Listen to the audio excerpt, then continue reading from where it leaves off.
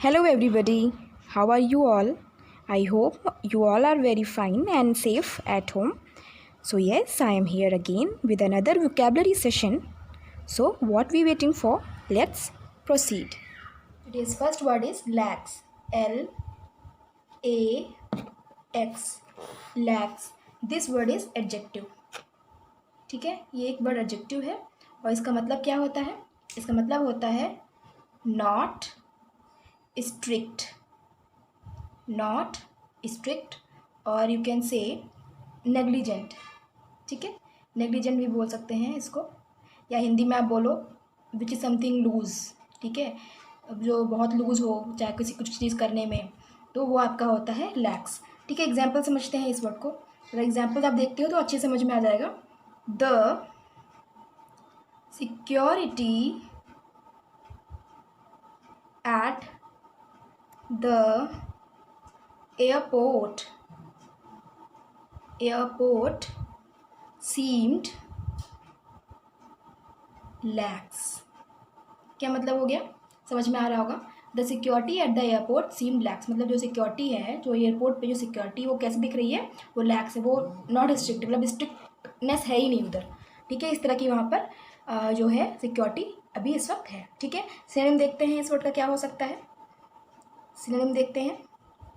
पहली चीज़ तो हो जाएगी भाई, जो चीज़ स्ट्रिक्ट नहीं है, सीधी सी बात है, केयरलेस आप कह सकते हो, केयरलेस। ठीक है, सेकंड देखते हैं क्या हो सकता है, फ्लेक्सिबल। ठीक है, जो चीज़ केयरलेस होती है वो फ्लेक्सिबल होती है। ठीक है, तो आप कह सकते हो कि सिनोनिम आपके केयरलेस और फ्लेक्सिबल को आप यूज़ कर सकते हैं फॉर लैक्स सिनोनिम। ठीक है, एंटोनिम देखते हैं क्या हो सकता है इसका। एंटोनिम में एक तो हो जाएगी अटेंटिव, जो चीज़ केयरलेस है या फिर जो नॉट स्ट्रिक्ट है या नेग्लिजेंट है, वो आपका अगर उसका अपोजिट देखते हैं तो हो जाएगा आपका अटेंटिव। ठीक है, ध्यान से जो चीज़ें होती हैं एक्टिव होकर के, वो आपका एक हो जाएगा अटेंटिव। और सेकंड अगर देखें तो आप सीधी सी बात है केयरफुल। ठीक है, तो ये आपके वर्ड्स हो गए, एंटोनिम्स हो गए और सिनोनिम्स हो गए किस चीज़ के, लैक्स के। ठीक है, क्या मतलब था लैक्स का, नॉट स्ट्रिक्ट या फिर नेग्लिजेंट। ठीक है, नेक्स्ट वर्ड में पहुँचते हैं क्या है। Our next word is meticulous. METICULOUS।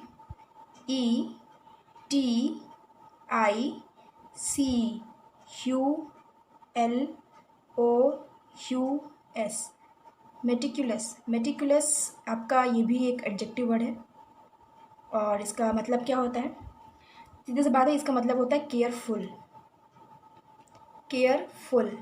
ठीक है, या फिर कह लो ऐसा कुछ काम जो बहुत सतर्कता से किया जाए, अति सतर्कता कह सकते हो आप हिंदी में।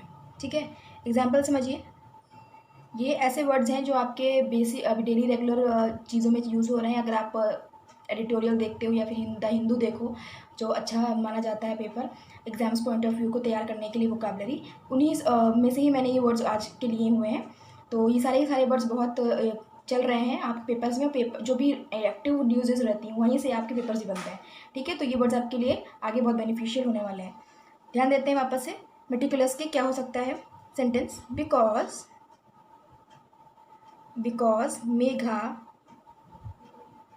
because Megha is a meticulous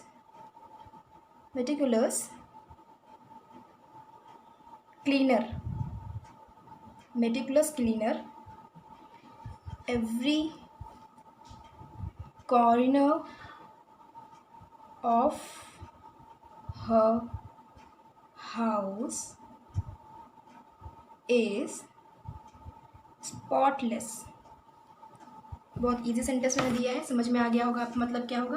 क्योंकि मेघा क्या है, मेघा एक मेटिकुलस क्लीनर है, मतलब वो बहुत ही केयरफुल क्लीनर है, सब साफ करती है वो। एवरी, तभी क्या हो सकता है, एवरी कॉर्नर जो है उसे घर का क्या है, स्पॉटलेस है, गंदगी ही नहीं है उस घर में। ठीक है, ये मतलब हो जाएगा मेटिकुलस का। आई हो आपको याद रहेगा मेटिकुलस का क्या मतलब हो सकता है। ठीक है, सिनोनिम देख सकते हैं क्या क्या हो सकता है मेटिकुलस के। पहला चीज़ फास्टिडियस, ठीक है, फास्टिडियस हो सकता है, जो चीज़ बहुत केयरफुल हो वो आपकी फास्टिडियस हो सकती है। सेकंड अगर आप बोलो तो कॉशियस बोल सकते हो, कॉशियस। ठीक है, ये आपका सेंटेंस सिनोनिम यूज हो सकते हैं मेटिकुलस के लिए। एंटोनिम देखते हैं इसका क्या हो सकता है। एंटोनिम में एक तो हो जाएगा आपका स्लॉपी, फ्लॉपी नहीं, स्लॉपी, ठीक है, स्लॉपी हो जाएगा। एंड सेकेंड नेग्लिजेंट, ठीक है, नेग्लिजेंट। आई होप आपको वर्ड समझ में आ रहे होंगे। मेटिकुलस केयरफुल होता है, मतलब आप केयरफुल की जगह आप मेटिकुलस भी एडजेक्टिव यूज़ कर सकते हो, ठीक है। केयरफुल इज ऑल्सो एडजेक्टिव, ठीक है, लेकिन अब केयरफुल बहुत वेल अवेयर वर्ड है, तो आप अब केयरफुल को ना यूज़ करके मेटिकुलस को आप रेगुलर बेसिस पे अपने सेंटेंस में यूज़ करिए, जिससे आपको ये वर्ड भी आम हो जाएगा और आप भी रेगुलर बेसिस पे याद रख पाओगे, और ये भी वर्ड आपके लिए वेल अवेयर्ड हो जाएगा, ठीक है। आपको याद करने की ज़रूरत नहीं पड़ेगी। आगे देखते हैं क्या वर्ड हो सकता है। आगे है हमारा third word impeccable, IMPECABLE, impeccable. This word is also adjective, ठीक है। ज़्यादातर वर्ड्स वैसे आपके एडजेक्टिव ही पूछे जाते हैं यहाँ पे पेपर्स में।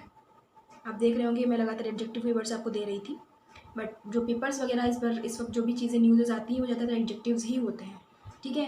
क्या मतलब होगा इस वर्ड का, इम्पैकेबल का? इम्पैकेबल मतलब होता है perfect, perfect in every way, ठीक है। या हिंदी में लिख लो, आप हिंदी में लिख सकते हैं इसको त्रुटिहीन, ठीक है।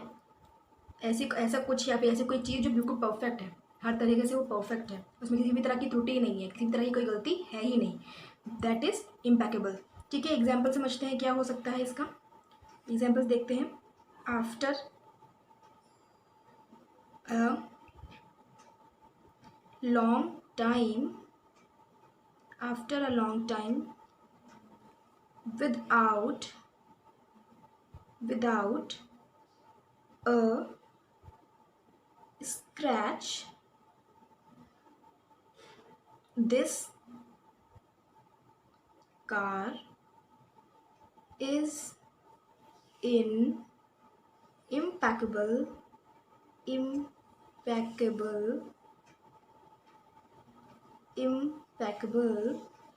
कंडीशन। समझ में आ गया होगा आपको मतलब इसका क्या हो सकता है।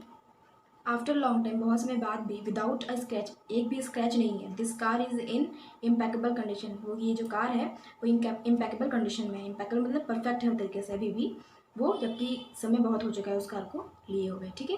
ये मतलब हो जाएगा। आप सिनोनिम देखते हैं इस वर्ड का क्या हो सकता है।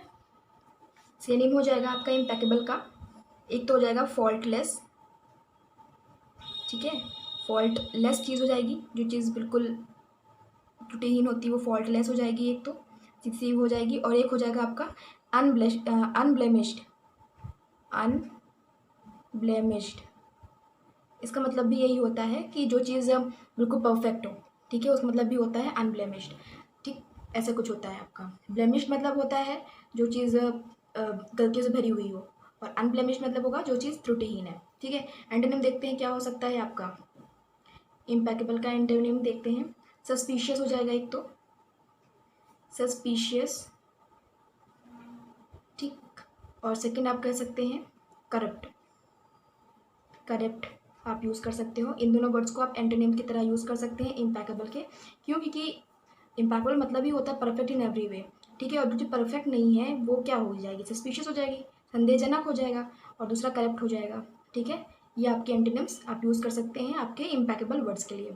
अब देखते हैं हमारा नेक्स्ट वर्ड क्या हो सकता है। तो हमारा नेक्स्ट वर्ड होगा एनविसेज, ठीक है। नेक्स्ट वर्ड है हमारा envisages, ENVISAGE, envisages. This word is verb, ठीक है, ये एक वर्ब वर्ड है। और क्या मतलब हो सकता है इसका, इसका मतलब होता है फोरकास्ट, फोरकास्ट, ठीक है, या फिर हिंदी में बोलना चाहो तो परिकल्पना, परिकल्पना करना, ये आपका वर्ड हो जाएगा इसका मतलब हिंदी में, ठीक है। फोरकास्ट करना, किसी चीज़ को लेकर के पहले से अपनी धारणा बनाना, ठीक है, या भविष्यवाणी भी कह सकते हैं आप एक लेवल पे।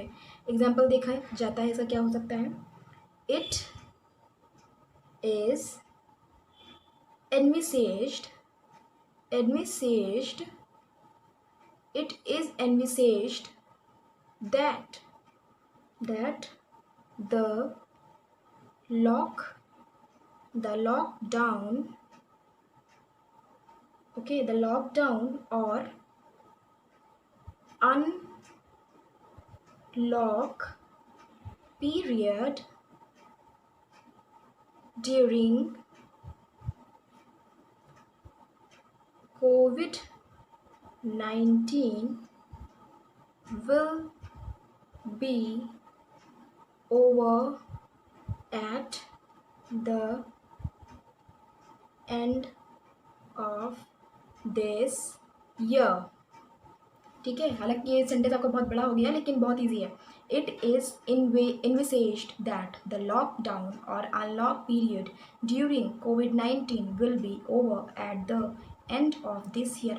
मतलब कहने का मतलब है कि ऐसा कहा जा सकता है, ऐसा बताया जा सकता है, या फिर ऐसा परिकल्पना की जा सकती है या फिर की गई कि क्या दैट द लॉकडाउन, जो अभी लॉकडाउन अभी हुआ आपका हो रहा है और अनलॉक पीरियड चल रहा है कोविड-19 के ड्यूरिंग की वजह से, तो वो क्या हो सकता है कि वो अंत हो सकता है उसका, वो ख़त्म हो सकता है at the end of this year, इस ईयर के एंड तक. ठीक है, ये मतलब हो जाएगा इसका. सिनोनिम देखते हैं क्या हो सकता है इसका.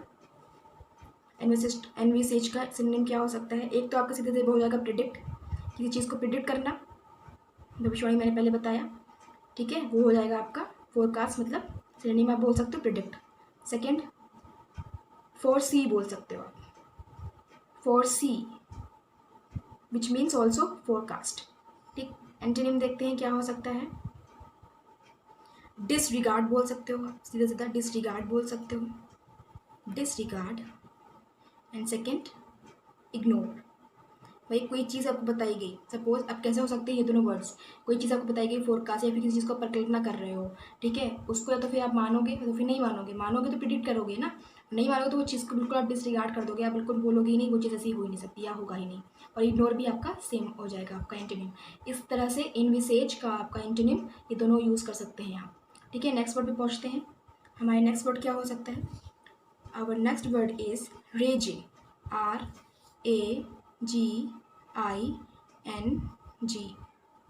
रेजिंग, और रेजिंग क्या है, एक एडजेक्टिव है. ठीक है, विच मीन्स, इसका मतलब होता है स्ट्रॉन्ग, स्ट्रॉन्ग वियोलेंट, या हिंदी में आप बोलो जोरदार, या बोल सकते हैं प्रचंड. ठीक है, आई होप आपको समझ में आ रहे होंगे सारे ये सारे वर्ड्स. एग्जाम्पल समझते हैं क्या हो सकता है रेजिंग का मतलब. His speech has provoked, his speech has provoked a raging debate. So क्या था, his speech has provoked a raging debate. मतलब ये हो गया कि उसकी जो स्पीच है उसने क्या किया, प्रोवोक कर दिया. ठीक है, किस चीज़ के लिए, एक ज़ोरदार डिबेट के लिए, या फिर एक प्रचंड डिबेट के लिए. ठीक है, ये मतलब हो जाएगा रेजिंग का. ठीक है, सिनोनिम देखते हैं क्या हो सकता है रेजिंग का. सिनोनिम देखते हैं. पहला तो आप बोल सकते हो फ्यूरियस, फ्यूरियस आप कह सकते हैं. एंड सेकंड अगर आप देखो तो बोल सकते हो एनरेज्ड, एनरेज्ड. ठीक है, एंटोनिम देखते हैं क्या होगा इस सेंटेंस का या फिर इस वर्ड का. माइल्ड, माइल्ड बहुत जो ऐसी कोई चीज़ जो बहुत काम हो. ठीक है, प्रचंड नहीं, काम हो, शांत हो, वो आपको होता है माइल्ड. ठीक है, और दूसरा आप बोल सकते हो ग्लीफुल, ग्लीफुल, ग्लीफुल मतलब होता है जिंदा दिल. अब कोई चीज़ ऐसी हो जो प्रचंड हो रही है, और ठीक है, ग्लीफुल मतलब आपका उसका अपोजिट हो जाएगा. ठीक है, ये आपके आज के वर्ड्स थे. आई होप आपको पूरा अच्छा लगा होगा सारे वर्ड्स, और आपको समझ में भी आए होंगे, आपको याद भी अक्सर अभी अगर वीडियो देखते देखते आपको हो सकता है याद भी हो गए होंगे. तो अगर आपको वीडियो अच्छा लगा है तो प्लीज़ इसको लाइक करें, शेयर करें अमंग योर फ्रेंड्स, और तब तक ये पढ़ते रहें. ठीक है, और लॉकडाउन का पूरा फ़ायदा उठाइए, पढ़ाई अपनी पूरी फोकस पे करिए. तब तक के लिए थैंक यू, बाय बाय.